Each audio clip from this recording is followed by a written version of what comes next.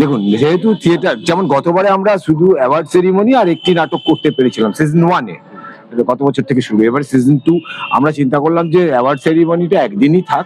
সেদিন আমরা যেহেতু বিভিন্ন ক্যাটেগরিতে দিই, তো বিভিন্ন দেখেইছেন গতকাল, তো যার জন্য নাটকটা আজকে রেখেছি এবং এবারে 3টে নাটক রেখেছি আমরা। যেহেতু নাট্য উৎসবের মানে ওয়ার্ল্ড থিয়েটার ডে, তো থিয়েটারের স্পেসটা বাড়ানোর জন্য আমরা দুদিন মানে অনুষ্ঠানটাকে ভাগ করেছি। আজকে টোটালি এটা 3টে দলের নাটক এখানে প্রযোজনা হচ্ছে। আর দেখি, জানি না, সিজন 3-তে হয়তো চেষ্টা করব আরো একটা দিন বাড়াতে। আসলে খরচটাও তুলতে হয়, আমরা চেষ্টা করছি থিয়েটারকে নিয়ে একটা অ্যাসোসিয়েশন সবাই মিলে যেরকম ফেস্টিভ্যালস করে আমরা।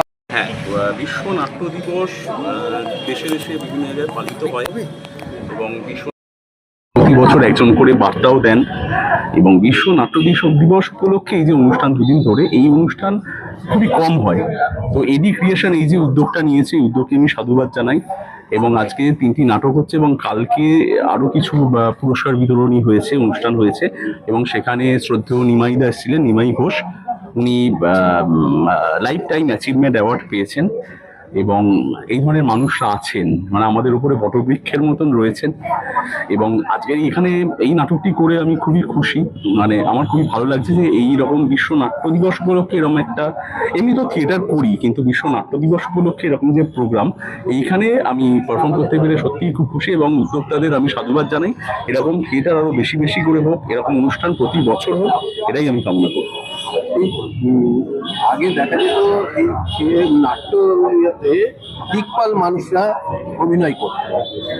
আপনার কি মনে হয় যে আজকে আস্তে আস্তে সেই জায়গাটা কমে আসছে? না, আমার ঠিক মনে হয় না কমে আসছে। তার কারণ এখন প্রচুর থিয়েটার গ্রুপ হয়েছে, প্রচুর ইয়ং জেনারেশন এসছে এবং বিভিন্ন মিডিয়া থেকে প্রচুর মানুষ এখানে অভিনয় করছে। যদিও মানে থিয়েটার করে রুটি রুজি চালানোটা একটু সমস্যার, সেই কারণে মানুষ অন্য মিডিয়া, অ্যাকচুয়ালি অভিনেতারা বা শিল্পীরা সব মিডিয়াতেই কাজ করে, আমি সব মিডিয়াতেই কাজ করি। তো সব মিলেই আছে, মানে ইয়ং জেনারেশন আছে, তারাও কাজ করছেন, এইভাবে চলছে। আপনার অভিনয়ের মধ্যেই তো একটা কথা এসে গেছে যে থিয়েটার করে কিছু হবে না, আইটি সেক্টর। হ্যাঁ, সেটা তো একটা সময় সত্যি কথা। আমার ব্যক্তিগত ক্ষেত্রে ঠিক উল্টোটা হয়েছে। আমি আগে আইটি সেক্টরে ছিলাম, এরপর আমি মিনার্ভা রেপার্টারি পাই, রেপার্টারির পর থেকে আমি এটা ফুল টাইম হিসেবে নিই। কিন্তু এরকম প্রচুর মানুষ আছে যারা থিয়েটার করতে করতে আস্তে আস্তে বিভিন্ন অন্য প্রফেশনে চলে যাচ্ছে রুটি রুজির জন্য। এবার সেই দিকটা যদি ঠিকঠাক হয়ে যায় তাহলে আমার মনে হয় যে, মানে মনে হয় না যে মানুষকে প্রফেশন চেঞ্জ করতে হবে। মানে থিয়েটার করে যদি আমি আমার ভরণ পোষণ রুটি রুজি চালিয়ে নিতে পারি তাহলে আমার আর অন্য মিডিয়াতে যাওয়ার দরকার পড়বে না।